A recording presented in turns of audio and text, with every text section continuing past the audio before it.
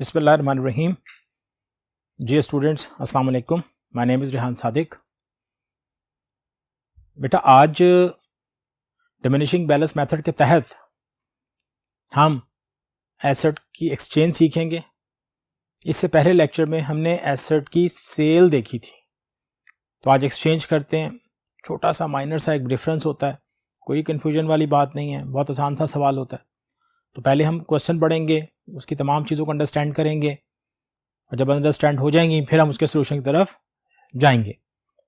तो आए देखते हैं सवाल में क्या क्या इन्फॉर्मेशन मौजूद है। On January 1st, 2004, a firm purchased a generator for rupees 15,000.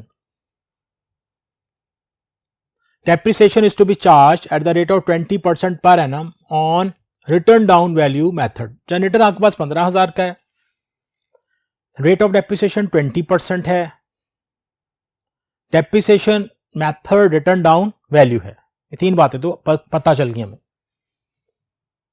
On December 31st, 2007, it was arranged to replace, ये सेल नहीं लिखा बेटा, it was arranged to replace the old generator by the new one cost rupees 18,000 and an allowance of rupees 4,500 is being made from the purchase price.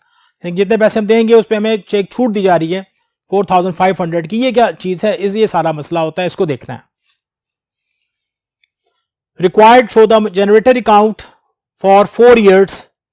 अब बेटा as usual यहां पर मैंने जब फिक्स इंस्टॉलमेंट मेथड में ऐसा ही सवाल ऐसी ही फिगर के साथ मैंने कराया था, तो मैंने उससे पहले एक चीज यहाँ नीचे मेंशन की थी, उसे आप जरा गौर से देख लें, समझ लें कि सबसे पहले मैं न्यू एसेट की कॉस्ट को देख लेता हूं कि मेरा न्यू एसेट किसके बराबर है। ये बड़ी आसान सी बात है भाई। देखें, आप अगर आजकल जैसा बहुत ज्यादा होता है, लोग मोबाइल एक्सचेंज करवाते हैं।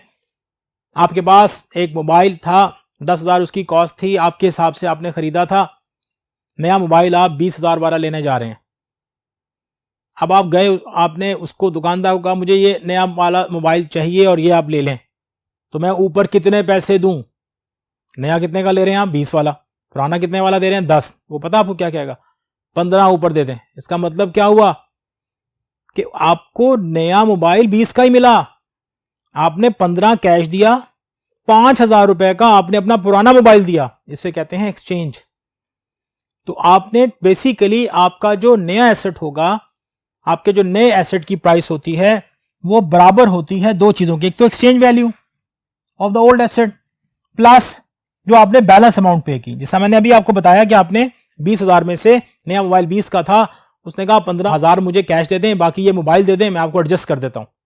इसका मतलब है आपका पुराना मोबाइल जो था उसके पैसे उसने एक्सचेंज की, this is called exchange value, 5,000 में, और आपको कैश कितना देना पड़ा? 15,000। तो ये बात बहुत अहम है आपके लिए। जब नया एसेट आएगा, एक्चुअली हमें 18,000 रुपए नजर नहीं आ रहे होंगे, हमें ये फिगर नजर आएगी, ये भी नजर नहीं आ रही होगी, इस तक हमें पहुंचना है। फिर हम जाके देखेंगे कि हमारे पास एसेट की वैल्यू पूरी बन रही है, नहीं बन रही है, कैसे हो रहा है, हम पहुंच जाएंगे। फिर देख लें, सवाल की ब्रीफिंग सुन लें, फिर इसका सोल्यूशन देखते हैं। एसेट 15,000 का था, 20% डेप्रिसिएशन थी, 3 साल तक स्मूथ मैंने उसे डेप्रिसिएट किया पूरे ईयर में, और जब चौथा साल शुरू हुआ तो चौथा साल भी ऑलमोस्ट पूरा गया, बल्कि ऑलमोस्ट नहीं कहना चाहिए, पूरा ही गया। और उसके बाद जाके आपने डेप्रिसिएशन चार्ज की पूरे साल की और एसेट एक्सचेंज किया, तो चौथे साल की पूरी डेप्रिसिएशन चार्ज की जाएगी, उसी डेट को एसेट एक्सचेंज होगा। अब अगर एक छोटी सी बात, बड़ी कॉमन सेंस की बात है, 31 दिसंबर को मैं एसेट एक्सचेंज कर रहा हूं, तो कम से कम नए एसेट पर डेप्रिसिएशन नहीं होगी, क्योंकि उसमें कोई टाइम ही नहीं गुजरा, अभी तो मैंने एसेट परचेस किया और मैंने उसे यूज नहीं किया। लेकिन उस एक्सचेंज वैल्यू में वो नए एसेट की जो वैल्यू है, अभी तक जब भी हम सवाल देखते आए, जब हम एसेट नया परचेस करते थे तो हमें डेबिट साइड पर बैंक में उस नए एसेट की वैल्यू नजर आती थी। यहां पे बस ये एक छोटा सा कंफ्यूजन है। कंफ्यूजन आप लोग ना समझें, मैं आपको क्लियर कर दूंगा, पहले भी बता चुका हूं, अब आप सुनेंगे मजीद क्लियर हो जाएगा। सिर्फ मेथड में मसला आता है, मीन डेप्रिसिएशन चार्ज करनी है, लेकिन उसके प्रोसीजर में कोई डिफरेंस नहीं है, जैसे हमने पहले किया था बिल्कुल वैसा ही है। आए चलते हैं नेक्स्ट बोर्ड पर और इस सवाल का हल करके देखते हैं कि यहाँ पर सवाल हल कैसे किया जाता है, एक्सचेंज कैसे करेंगे। तो आए चलते हैं नेक्स्ट बोर्ड। ले जी, एज यूजुअल हमने एक फॉर्मेट ड्राफ्ट कर दिया, debit, credit, machinery account,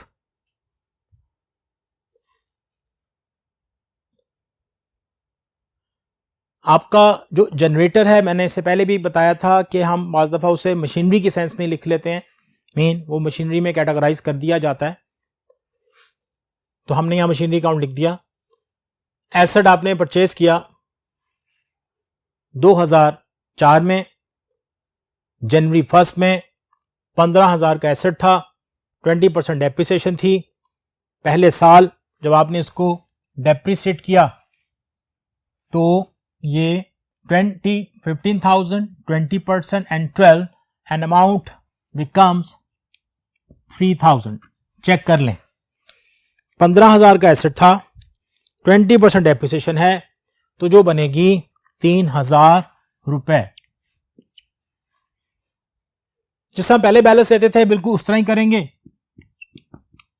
15,000 minus 3,000 and your balance is 12,000।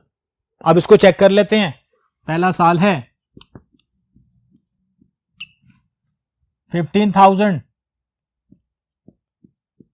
Minus 3,000, it is equal to 12,000। अब बेटा 2004 का जो क्लोजिंग बैलेंस था वो 2005 का ओपनिंग बैलेंस होगा 12,000 रुपए। दूसरा साल अब शुरू हो चुका है। दूसरे साल में हमने 2005 में कोई एसेट परचेज नहीं किया। अब हम इसकी डेप्रिसिएशन चार्ज करेंगे, पूरा 12 महीने की डेप्रिसिएशन चार्ज करेंगे। मेथड हमारे पास डिमिनिशिंग बैलेंस मेथड है, हम यहां लिख रहे हैं 12,000।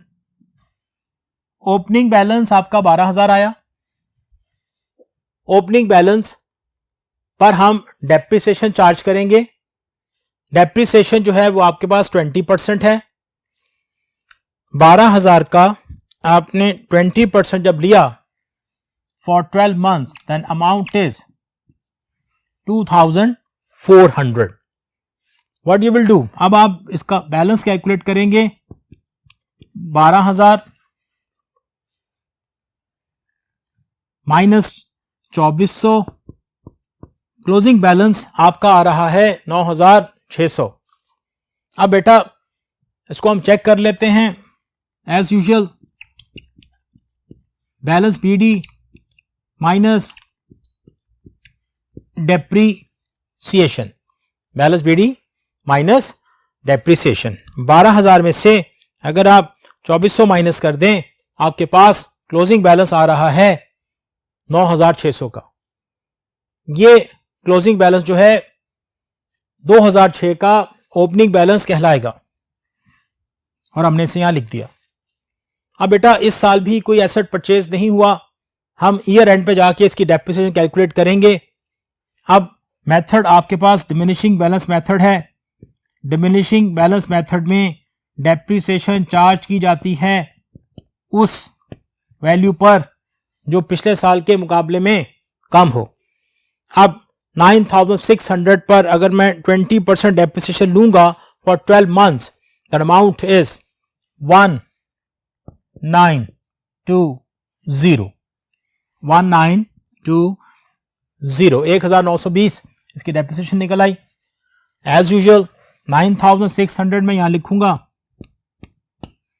माइनस करूंगा, देन मेरे पास बैलेंस सीडी आ रहा है 7,680। कैसे चेक करते हैं, जिस एसेट का बीडी बैलेंस आपने फाइंड करना होता है उसकी डेप्रिसिएशन उसके बीडी बैलेंस से माइनस कर दी जाती है। चेक कर लें, 9,600 माइनस 1920, 7,680।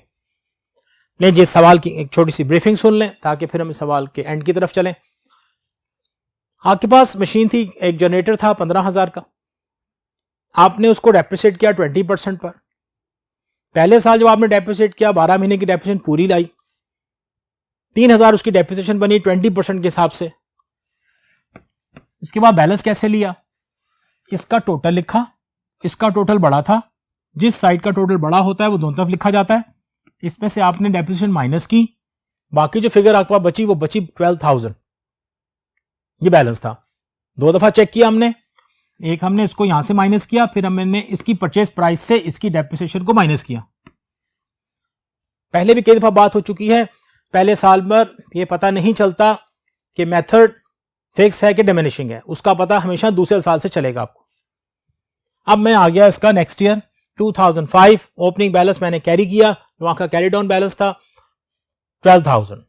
इस साल हमने कोई परचेज नहीं की, हमने इस साल में एसेट पर डेप्रिसिएशन चार्ज की 20% के हिसाब से फॉर 12 मंथ, क्योंकि इसका टाइम एक्सपायर पूरा 12 महीने बन रहा है। Amount becomes 2,400। अब क्या किया मैंने, सबसे पहले मैं इसका टोटल लिखता हूं, ये टोटल आ गया बेटा, इसको क्योंकि टोटल बड़ा था यहां लिखा, इस फिगर में से 2,400 को माइनस किया, 12,000 में से 2,400 को माइनस किया, तो आपके पास क्लोजिंग बैलेंस कितना आया, 9,600। ये पहला एक स्टेप था इसका ना। इसी में हम दूसरा स्टेप क्या करते हैं, मैं इसका बीडी बैलेंस लिखता हूं और इस डेप्रिसिएशन को माइनस करता हूं, तो फिगर चेक हो जाती है, तो फिगर आपकी चेक हो जाती है। अब नेक्स्ट ईयर 2006 मैंने बैलेंस कैरी किया यहां पर 9,600 का। 2006 31 दिसंबर तक हमने कोई एसेट परचेज नहीं किया, हम डेप्रिसिएशन कैलकुलेट करेंगे 9,600 पर आप 20% डेप्रिसिएशन ली, तो अमाउंट आई 1,920 उसी तरीके से 9,600 हमने लिखा, 9,600 लिखने के बाद हमने इसमें से डेप्रिसिएशन की अमाउंट माइनस की, तो ये फिगर 7,680 जनरेट हो गई, ये उसका बैलेंस निकल आया। हमने कहा नहीं, इसको जरा दोबारा चेक कर लेते हैं, तो इसका BD balance minus depreciation, BD balance minus depreciation, BD balance minus depreciation. अब बेटा हमारे पास 7,680 का जो बैलेंस जनरेट हो चुका है, ये हम कैरी करेंगे 2007 में, और 2007 हमारे पास वो ईयर है जिसमें हमने इस एसेट को एक्सचेंज किया at the end of the year. तो अब देखते हैं नेक्स्ट बोर्ड पर कि एसेट को एक्सचेंज कैसे करेंगे। तो आए चलते हैं नेक्स्ट बोर्ड पर और एसेट को एक्सचेंज करके देखते हैं।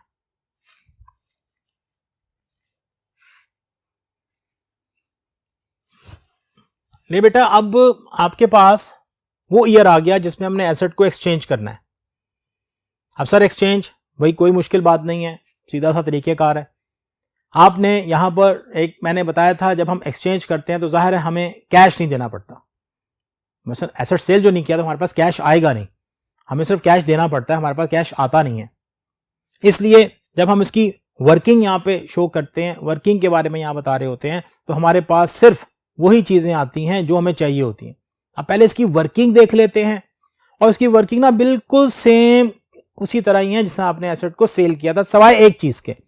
वहां सेल किया था हमने कैश प्राइस लिखी थी, यहां जब उसे हम एक्सचेंज करेंगे तो एक्सचेंज वैल्यू लिखेंगे, बस सिंपल इज दैट। देखते हैं जी बेटा, आप देखो यहां क्या लिखा है, exchange of asset, asset balance BD. Obviously जिसको आप एक्सचेंज कर रहे हैं, एक्सचेंज ऑफ एसेट तो मैंने हेडिंग दे दी ना, उसका बैलेंस बीडी कितना है, तो ये अमाउंट है 7,680 बैलेंस बीडी 2007 में, ये एज इट इज यहां लिख दिया बैलेंस बीडी। डेप्रिसिएशन इस पे निकालनी है 2007 के लिए। अब डेप्रिसिएशन फुल ईयर की आनी थी इस पे बेटा। एसेट की कॉस्ट आपके पास थी 7,680 मल्टीप्लाइड बाय 20% मल्टीप्लाइड बाय 12/12। अब 7,680 मल्टीप्लाइड बाय 20%, तो डेप्रिसिएशन इज 1536। आप जब इसमें से डेप्रिसिएशन को माइनस करते हैं, आपके पास बुक वैल्यू आ जाती है 6,144। अब आप क्या करेंगे, इसकी एक्सचेंज वैल्यू इसमें से माइनस करेंगे,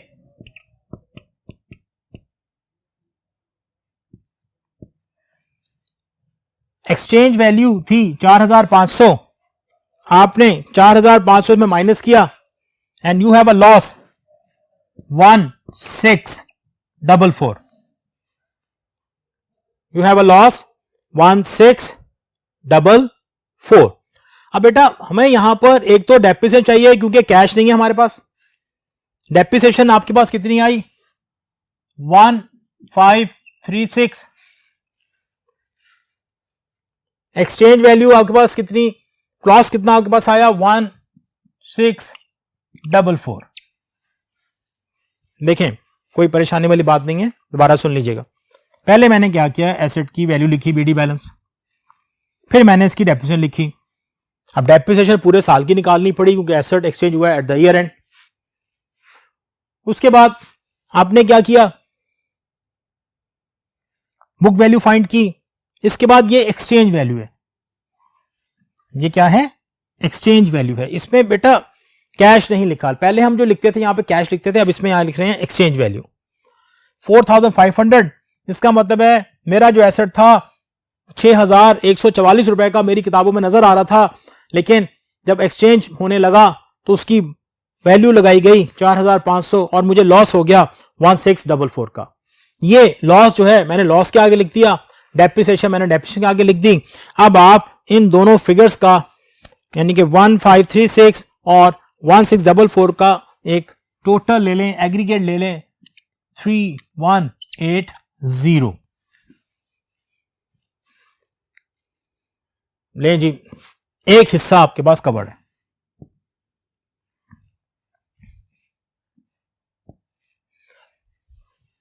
यहां तक आप पहले समझ लें, फिर अगली बात करेंगे. एसेट का बीडी बैलेंस पहला स्टेप, डेप्रिसिएशन दूसरा step, exchange value and loss. अब इनमें से फिगर कौन सी चाहिए थी हमें? एक हमें ये वाली फिगर चाहिए, एक हमें ये वाली फिगर चाहिए. हमने ये वाली लिख दी.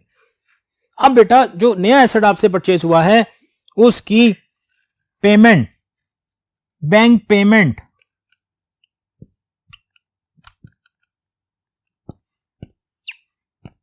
कैसे कैलकुलेट की जाएगी? अब आपने देखना है आपके जो नए एसेट की प्राइस थी, न्यू एसेट कॉस्ट बेटा वो थी 18,000. ये हमने सबसे पहले बोर्ड पे भी आके देखा था, वो कितनी थी? 18,000. अब आप इसमें से लेस करेंगे इसकी एक्सचेंज वैल्यू जो थी 4500. एक्सचेंज वैल्यू कितनी थी? 4500. एंड आपके पास जो फिगर आ जाएगी वो आ जाएगी बेटा 13,500. पहले बोर्ड पे मैंने बताया था कि आपके नए एसेट की प्राइस बराबर होगी asset cost plus exchange value. यानी कि जो बैलेंस अमाउंट है, अगर आप इसमें और इसमें जो आपने बैलेंस अमाउंट पे की है, अगर आप इसको जमा कर लें तो 18,000 के इक्वल आ जाएगा. अब ये जो 18,000 है ये आपको नजर नहीं आएगा, ये है बैंक पेमेंट. और बैंक पेमेंट आपने लिखी हुई यहां पर, तो यहां मैं फिगर जनरेट करूंगा 13,500. अब आप सोच रहे होंगे सर ये क्या कर दिया, नया एसेट तो 18,000 का था. बेटा एसेट प्रूव हो जाएगा, अभी आपके सामने प्रूव होगा. एक्चुअली मुझे 13,500 में अगर 4500 रुपए मिल जाए तो मेरे नए एसेट की प्राइस पूरी हो जाती है, क्योंकि मेरा नए एसेट बराबर है.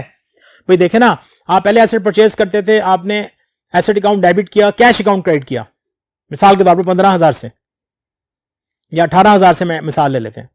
अब क्या हो रहा है, एसेट तो डेबिट हुआ 18,000 से, लेकिन उसके अगेंस्ट हमारे पास दो हेड जनरेट हो गए, एक कैश का या बैंक जिसे हम कह रहे हैं, और दूसरा पुराने एसेट का जो हमने एक्सचेंज किया.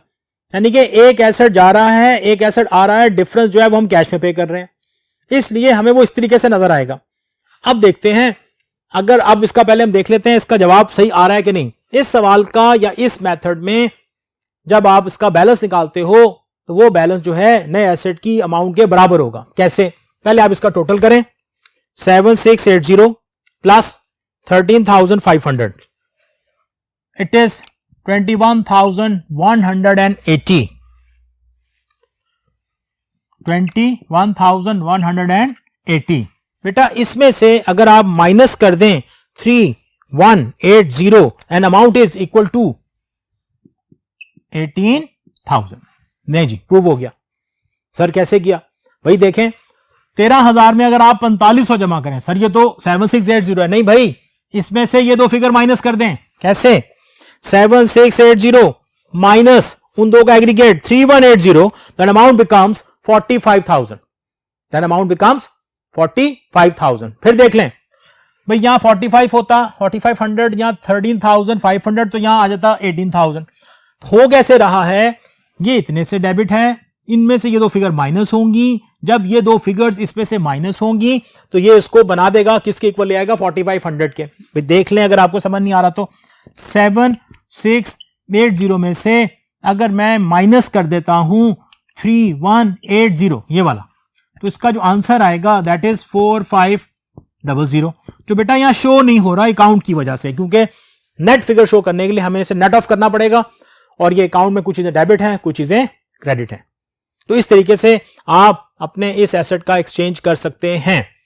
अब जो आपने क्लोजिंग बैलेंस फाइंड किया 31 दिसंबर को 2007 को, वो ओपनिंग बैलेंस होगा 2008 का 18,000। यहां पे आके आपका सवाल इख्तिताम पे पहुंचता है। आखिर में इसकी आप छोटी सी एक ब्रीफिंग देख लें। एक्सचेंज कैसे करते हैं? बहुत सीधा सा है। जिस साल में एसेट एक्सचेंज हो रहा हो, तो asset cost in the year of exchange like this, asset cost ले लें या उसका बीडी बैलेंस ले लें, माइनस डेप्रिसिएशन। यही काम हमने बेटा उसमें भी किया था, एसेट सेल किया था। सिर्फ यहां आ गई बुक वैल्यू, वहां भी बुक वैल्यू आई थी, याद होगा आपको। अब वहां लिखते थे हम लेस सेल, यानी कि कैश में जो सेल हुआ, नहीं यहां सेल नहीं किया ना, यहां हमने एक्सचेंज किया, तो मैंने यहां लिखा एक्सचेंज वैल्यू, यानी कि मेरा पुराना एसेट वो कितने में ले रहा है, इतने में ले रहा है। तो पता चला मुझे लॉस कितने में हुआ? 1644। अब यहां सवाल में क्योंकि हम सेल नहीं कर रहे होते, कैश नहीं आता, इसलिए यहां दो हेड रहते हैं, वहां पे तीन थे। यहां डेप्रिसिएशन और लॉस का हेड आएगा, हमने इन दोनों को ऐड किया, फिगर वहां लिखी। उसके बाद मैंने क्या किया? मैंने टोटल, इनका टोटल किया, इस टोटल में से मैंने ये फिगर माइनस की, तो मेरे पास नए एसेट की कॉस्ट आ गई। तो जैसे ही आपके पास नए एसेट की वैल्यू एज ए बैलेंस आ जाती है, तो आपका सवाल प्रूव हो जाता है कि आपने सवाल बिल्कुल ठीक किया है। लेकिन ये एक्सचेंज ऑफ एसेट था डिमिनिशिंग बैलेंस मेथड के तहत। अच्छा सवालों में अच्छा सवाल है। आपके पास आखिरी जितने भी लेक्चर्स हो रहे हैं इसमें सारे मेन क्वेश्चंस आएंगे। ज़ाहिर है जरा आपको थोड़ा टेंशन भी लेनी पड़ती है, थोड़ा ध्यान भी देना पड़ता है, क्योंकि अब आप एक्सपर्ट होते जा रहे हैं।